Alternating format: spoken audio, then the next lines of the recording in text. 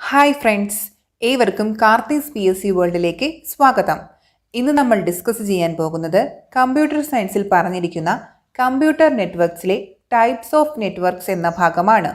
Computer സയൻസിൽ നമുക്ക് 5 മാർക്കിനാണ് എക്സാമിന് ചോദിക്കുന്നത്.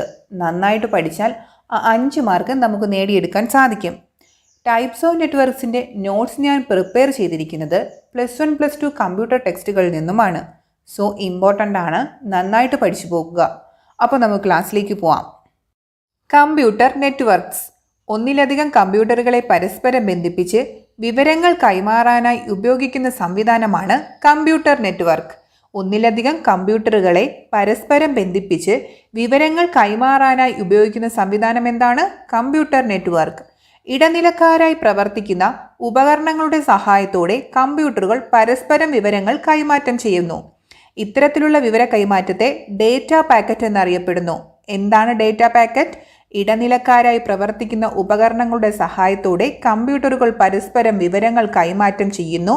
ഇത്തരത്തിലുള്ള വിവര കൈമാറ്റത്തെ ഡേറ്റ പാക്കറ്റ് എന്നറിയപ്പെടുന്നു. ഒരു നെറ്റ്വർക്കിൽ അംഗമായ ഓരോ കമ്പ്യൂട്ടറിനെയും വിളിക്കുന്ന പേര് വർക്ക് സ്റ്റേഷൻ അഥവാ നോഡ് എന്നാണ്. ഒരു നെറ്റ്വർക്കിൽ അംഗമായ ഓരോ കമ്പ്യൂട്ടറിനെയും വിളിക്കുന്ന പേരാണ് വർക്ക് സ്റ്റേഷൻ അഥവാ നോഡ്. വിവിധ പേഴ്സണൽ കമ്പ്യൂട്ടറുകളെ തമ്മിൽ ബന്ധിപ്പിക്കുന്ന ഒരു നെറ്റ്വർക്കിലെ ഏറ്റവും പ്രധാന കമ്പ്യൂട്ടറാണ് സെർവർ. എന്താണ് സെർവർ? വിവിധ പേഴ്സണൽ കമ്പ്യൂട്ടറുകളെ തമ്മിൽ ബന്ധിപ്പിക്കുന്ന ഒരു നെറ്റ്വർക്കിലെ ഏറ്റവും പ്രധാനമായ കമ്പ്യൂട്ടറാണ് സെർവർ. അതുകൊണ്ട് തന്നെ ശൃംഖലയിലെ ശക്തി കൂടിയ കമ്പ്യൂട്ടർ എന്നും ഇതിനെ അറിയപ്പെടുന്നു. നെറ്റ്വർക്കിലെ എല്ലാ കമ്പ്യൂട്ടറുകളും സെർവറുമായി ബന്ധപ്പെട്ടിരിക്കുന്നു. സെർവറുമായി ബന്ധിപ്പിച്ചിരിക്കുന്ന കമ്പ്യൂട്ടറാണ് ക്ലയൻറ്റ്. സെർവറുമായി ബന്ധിപ്പിച്ചിരിക്കുന്ന കമ്പ്യൂട്ടർ ക്ലയൻ്റ് ആണ്.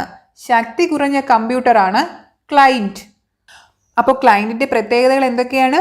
സെർവറുമായി ബന്ധിപ്പിച്ചിരിക്കുന്ന കമ്പ്യൂട്ടർ, അതുപോലെ ശക്തി കുറഞ്ഞ കമ്പ്യൂട്ടർ. ശൃംഖലയിലെ ശക്തി കൂടിയ കമ്പ്യൂട്ടർ ഏതാണ്? Server. Types of networks. Computer ശൃംഖലയെ അവയുടെ വ്യാപനത്തെ അടിസ്ഥാനമാക്കി വേർതിരിക്കാം. ഒന്നാമത്തെ നെറ്റ്വർക്കാണ് പാൻ, പേഴ്സണൽ ഏരിയ നെറ്റ്വർക്ക്. നെറ്റ്വർക്ക്സിൻ്റെ എല്ലാം ഫുൾ ഫോം ശ്രദ്ധിക്കണം. ഇതൊക്കെ PSC മുൻപ് ചോദിച്ചിട്ടുണ്ട്, ഇനി ചോദിക്കുകയും ചെയ്യും. സോ ഇമ്പോർട്ടൻ്റ് ആണ്, പഠിക്കുക. അടുത്തത് ലാൻ, ലോക്കൽ ഏരിയ നെറ്റ്വർക്ക്. അടുത്ത നെറ്റ്വർക്കാണ് മാൻ, മെട്രോപൊളിറ്റൻ ഏരിയ നെറ്റ്വർക്ക്. മാനിൻ്റെ ഫുൾ ഫോം എന്താണ്? Metropolitan area network. വാൻ, വൈഡ് ഏരിയ നെറ്റ്വർക്ക്. വാനിൻ്റെ ഫുൾ ഫോം എന്താണ്? Wide area network. PAN, personal area network. LAN, local area network. MAN, metropolitan area network. വാൻ, wide area network. ഇനി ഓരോന്നും വിശദമായി പഠിക്കാം. പേഴ്സണൽ ഏരിയ നെറ്റ്വർക്ക് അല്ലെങ്കിൽ പാൻ. പേര് സൂചിപ്പിക്കുന്നത് പോലെ തന്നെയാണ്, പേഴ്സണൽ ആണ്. ഒരു വ്യക്തിയുടെ പരിധിയിലുള്ള വിനിമയ ഉപകരണങ്ങളുടെ ശൃംഖലയാണ് പാൻ. ഒരു വ്യക്തിയുടെ പരിധിയിലുള്ള വിനിമയ ഉപകരണങ്ങളുടെ ശൃംഖല ഏതാനും മീറ്റർ വൃത്തപരിധിക്കുള്ളിൽ വ്യാപിച്ചു കിടക്കുന്നു. ഏതാനും മീറ്റർ വൃത്തപരിധിക്കുള്ളിൽ വ്യാപിച്ചു കിടക്കുന്നു. പാൻ ശൃംഖല ഉണ്ടാക്കുവാൻ ഗൈഡഡ് മാധ്യമവും അൺഗൈഡഡ് മാധ്യമവും ഉപയോഗിക്കാം. ഗൈഡഡ് മാധ്യമത്തിന് ഉദാഹരണം USB-യും അൺഗൈഡഡ് മാധ്യമത്തിന് ബ്ലൂടൂത്തും ഇൻഫ്രാറെഡും ഉദാഹരണങ്ങളാണ്. അതുപോലെ കഴിഞ്ഞ +2 പ്രിലിമിനറിക്ക് പാനിൽ നിന്നും ചോദിച്ച ക്വസ്റ്റ്യൻ ആണ്, ഒരു നെറ്റ്വർക്കിലുള്ള ഉപകരണങ്ങളുടെ അകലത്തെ അടിസ്ഥാനപ്പെടുത്തിക്കൊണ്ട് ഏറ്റവും ചെറിയ നെറ്റ്വർക്കിനെ പറയുന്ന പേര് പാൻ. ഒരു നെറ്റ്വർക്കിലുള്ള ഉപകരണങ്ങളുടെ അകലത്തെ അടിസ്ഥാനപ്പെടുത്തിക്കൊണ്ട് ഏറ്റവും ചെറിയ നെറ്റ്വർക്കിനെ പറയുന്ന പേരാണ് പാൻ. അടുത്ത നെറ്റ്വർക്കാണ് ലോക്കൽ ഏരിയ നെറ്റ്വർക്ക് അല്ലെങ്കിൽ ലാൻ. പേര് സൂചിപ്പിക്കുന്നത് പോലെ ലോക്കലാണ്. ഏതാനും മീറ്ററോ ഏതാനും കിലോമീറ്ററോ വൃത്തപരിധിക്കുള്ളിലായിരിക്കും ഇവയുടെ പ്രവർത്തനം. ഒരു ലാൻ ശൃംഖലയിലെ വിവരവിനിമയത്തിനും കമ്പ്യൂട്ടിങ്ങിനുമുള്ള ഉപകരണങ്ങൾ ഒരു മുറിക്കുള്ളിലോ ഒരു കെട്ടിടത്തിനുള്ളിലോ ഒരു സ്ഥാപന പരിധിക്കുള്ളിലോ ബന്ധിപ്പിച്ചിരിക്കുന്നു.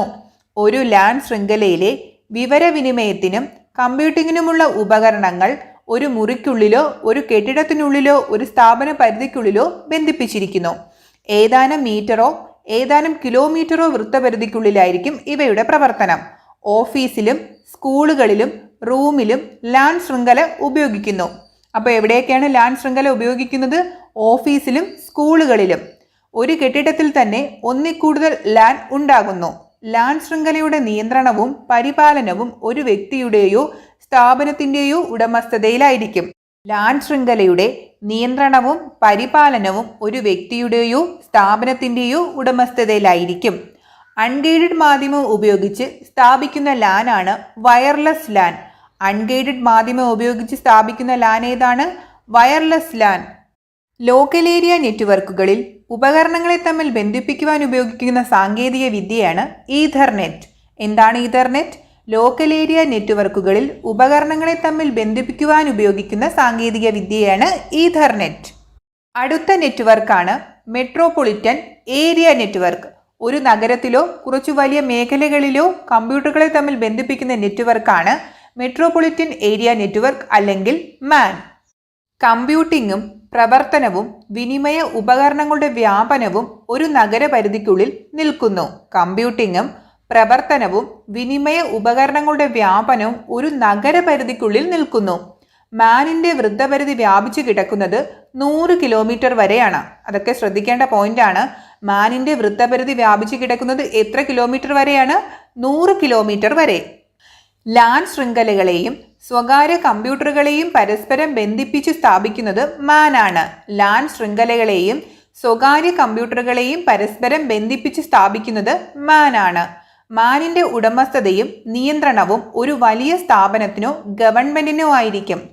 മാനിൻ്റെ ഉടമസ്ഥതയും നിയന്ത്രണവും ഒരു വലിയ സ്ഥാപനത്തിനോ ഗവൺമെന്റിനോ ആയിരിക്കും. എന്നാൽ ലാൻ ആണെങ്കിലോ ഒരു വ്യക്തിയുടെയോ സ്ഥാപനത്തിൻ്റെയോ ഉടമസ്ഥതയിലായിരിക്കും. ഇവിടെയാകുമ്പോൾ ഒരു വലിയ സ്ഥാപനത്തിനായിരിക്കും അല്ലെങ്കിൽ ഗവൺമെന്റിനായിരിക്കും.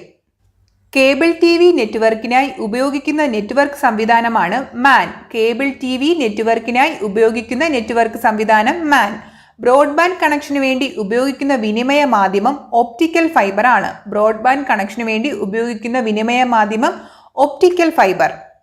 അടുത്ത നെറ്റ്വർക്കാണ് വൈഡ് ഏരിയ നെറ്റ്വർക്ക്. പേര് സൂചിപ്പിക്കുന്നതിൽ വൈഡ് ആണ്. 100 കിലോമീറ്റർ പരിധിക്കും അപ്പുറം പ്രവർത്തനം വ്യാപിച്ചു കിടക്കുന്നു. ലാൻ, മാൻ കൂടാതെ മറ്റു വാനുകളും ഇതിൽ അംഗങ്ങളായിരിക്കും. 100 കിലോമീറ്റർ പരിധിക്കുമപ്പുറം പ്രവർത്തനം വ്യാപിച്ചു കിടക്കുന്നു. ലാൻ, മാൻ കൂടാതെ മറ്റു വാനുകളും ഇതിൽ അംഗങ്ങളായിരിക്കും. വാനിന് ഉദാഹരണമാണ് ഇന്റർനെറ്റ്. വാനിന് ഉദാഹരണം എന്താണ്? ഇന്റർനെറ്റ്.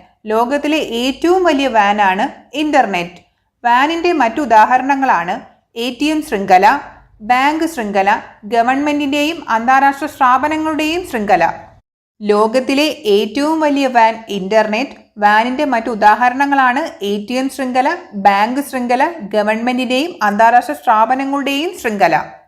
അപ്പോൾ ഇതൊക്കെയായിരുന്നു നെറ്റ്വർക്ക്സിലെ പ്രധാനപ്പെട്ട പോയിന്റ്സ്. ഈ മാക്സിമം പോയിന്റ്സും ഞാൻ എടുത്തിട്ടുള്ളത് +1, +2 സ്കൂൾ ടെക്സ്റ്റുകളിൽ നിന്നുമാണ്. ഇമ്പോർട്ടൻറ്റ് പോയിന്റ്സ് ആണ്. നന്നായിട്ട് പഠിക്കുക. എൻ്റെ ക്ലാസ് ആദ്യമായിട്ടാണ് കാണുന്നതെങ്കിൽ സബ്സ്ക്രൈബ് ചെയ്യുക, ബെൽ ബട്ടൺ ക്ലിക്ക് ചെയ്യുക. ക്ലാസ് ഇഷ്ടപ്പെട്ടെങ്കിൽ ലൈക്ക് ചെയ്യുക, ഷെയർ ചെയ്യുക, കമൻറ്റ് ചെയ്യുക. താങ്ക്